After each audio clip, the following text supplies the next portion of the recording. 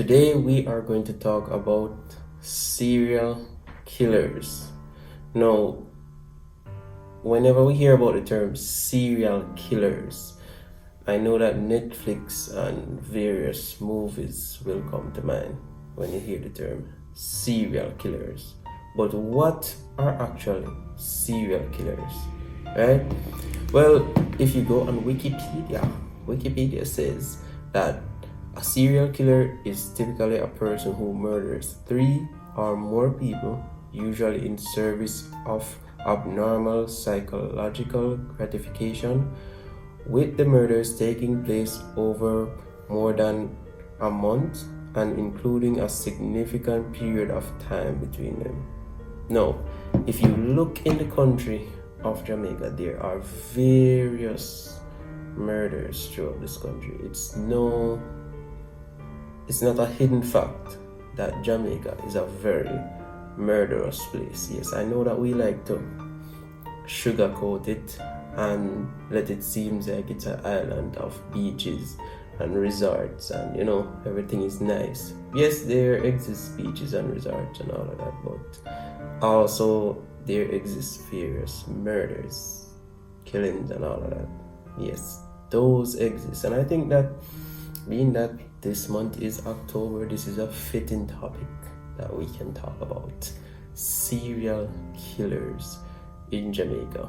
Now, you may be wondering, how are there serial killers in Jamaica? What is actually fostering this serial killer in Jamaica? What is actually fostering this nest of serial killers in Jamaica? Well, Jamaica has a very interesting culture. The things that Jamaica glamorize are the things that we choose to glorify, are like very wicked things. Like, even though there are crimes happening in the country, and yes, many persons would say that other countries choose to do this, other countries choose to do that, but this is a very small country, right? And the crime rate is very, very high for Jamaica. It is very, very, very high for Jamaica.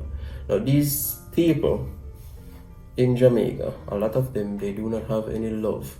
They do not care about each other, these persons, and they have a high, based on what they're actually meditating on, because these youngsters that are in Jamaica now, they do not want to work. They do not picture themselves as a member of society or somebody who can be of value to society. So the core narrative that is found within Jamaica is something like this: you disassociate yourself from the public and you're doing your own thing, right?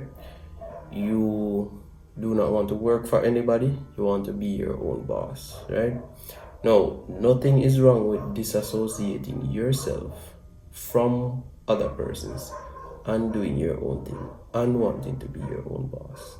What is wrong is disassociating yourselves from the right people and hanging around the wrong people, and not wanting to work for others but wanting to steal from others to actually become rich.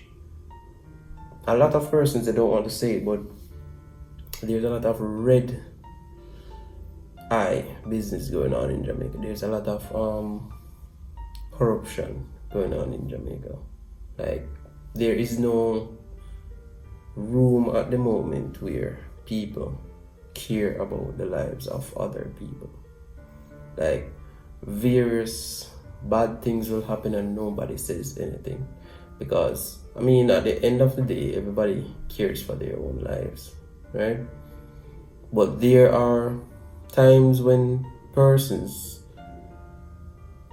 could be able to save the life of another person and they don't say anything. It's like that a life is not valued anything in these times in Jamaica. And even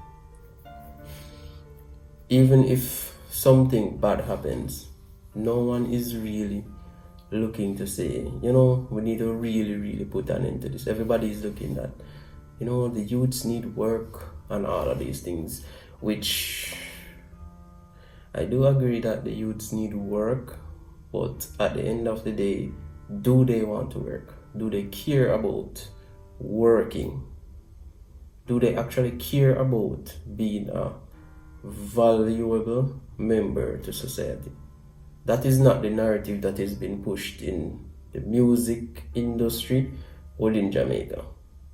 That is not the narrative that is being pushed, that you must go to an office work and, take care of your family. Yeah, they may say that you must take care of your family, but the narrative that is being pushed is that you thief from other people or you scam from other people to take care of your family and live a big life. So the life that is currently being pushed in Jamaica is not one that a person who loves themselves or who views themselves as a good person would want to portray.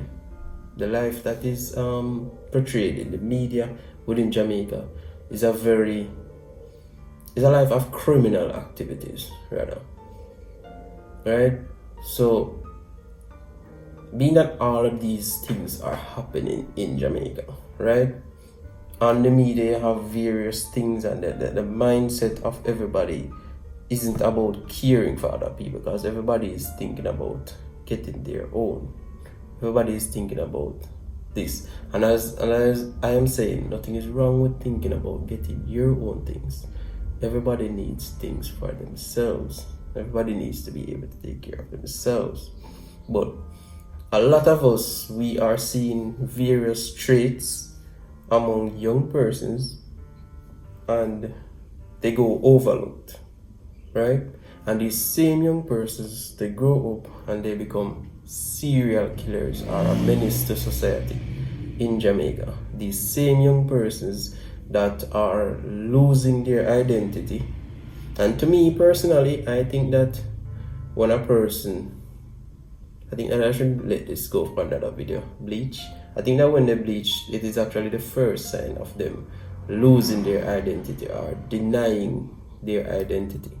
I think that is the first sign that you are lost, like you do not really know yourself. Whenever you want to change the way how your skin is naturally colored, the way how your skin naturally is, I think that that is the first sign that you are a lost person. Now, serial killers, the motivation of serial killers in Jamaica, right? Everybody wants to be the big man. Everybody wants to be the big person. Everybody wants to be powerful. Everybody wants to be known as a Don. Everybody wants to have their own things by force, right? Everybody wants to be feared. That is the narrative that is being pushed throughout Jamaica, right? No, serial killers, they don't solely exist for entertainment. Serial killers are very, very much real. If you look or if you read about history, you'll see that there are persons who actually have the lust to kill. There are persons who have the desire to actually kill for no reason. So the killings that are happening, it does not have to happen for a reason. I'm telling you, some of these persons, they can just see you and then in their mind they want to kill you. It is simple as that. It is just like that. If you have listened to various documentaries on serial killers, you'll realize that the persons, they don't have to do anything, right? And I think that in Jamaica we should just call them what they are, serial killers. Yeah, the term sounds American or sounds standard or whatever, but that is what they are. They are serial killers. They're psychopathic serial killers. And as we know, psychopaths, they do not care or they do not have emotions. They do not show emotions, right? They have problems understanding the normal human emotion. So what they normally do, they normally manipulate persons, right? They normally manipulate persons because they do not they cannot express like feelings like other normal persons, right? So whenever they're a psychopath and they become a serial killer, they're very, very, very dangerous. And because the culture of Jamaica is like this, many persons they may overlook or overstep some key identification of these serial killers. Because our culture is even persons that are not serial killers or even persons that are not killers will pretend to be killers, right? Will pretend to be bad man. A lot of persons will pretend to be bad man. They will pretend to be bad even if they're not bad, right? So it's just within our culture, this kind of bad man mentality. But there are serial killers, like serious people who mean damage, serious people who do not care for anybody. There are a lot of serial killers that are on the loose right now in Jamaica. If you're a movie person, you know about Michael Myers and those kind of persons. Imagine those kind of persons, like multiple of them at large right now in Jamaica. That is basically how it currently is in Jamaica. Yeah, you may not hear about anybody using any knife or anything like that, but a serial killer is not solely confined to one weapon. They can use any weapon that they want. Knife, gun, anything that they find. Could even be a simple pen. They can use to kill somebody. Anything. So basically anything can be used to kill someone. So if they really want to carry out their acts, they don't have a specific thing that they use. So it's anything that is in their reach that they want to use, they use because they have this bloodlust to actually carry out their deeds. So being that we know that these serial killers are at large and there are a lot of them, and there are some upcoming young ones that are coming up that aspire to be serial killers, how can we protect ourselves? Well, to be honest, we don't know when things are going to happen, and we don't know in what form things are going to happen. But I think a good way in which you can protect yourself is by not being at the wrong place at the wrong time. Being that we don't even know the place, right? But what I'm trying to say is, don't make yourself so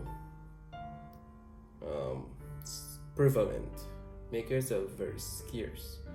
Be unpredictable. Don't let others know where you're going to go, when you're going to go, and all of that, because these are some serious times and people don't trust each other and people don't love. There's no love for other people.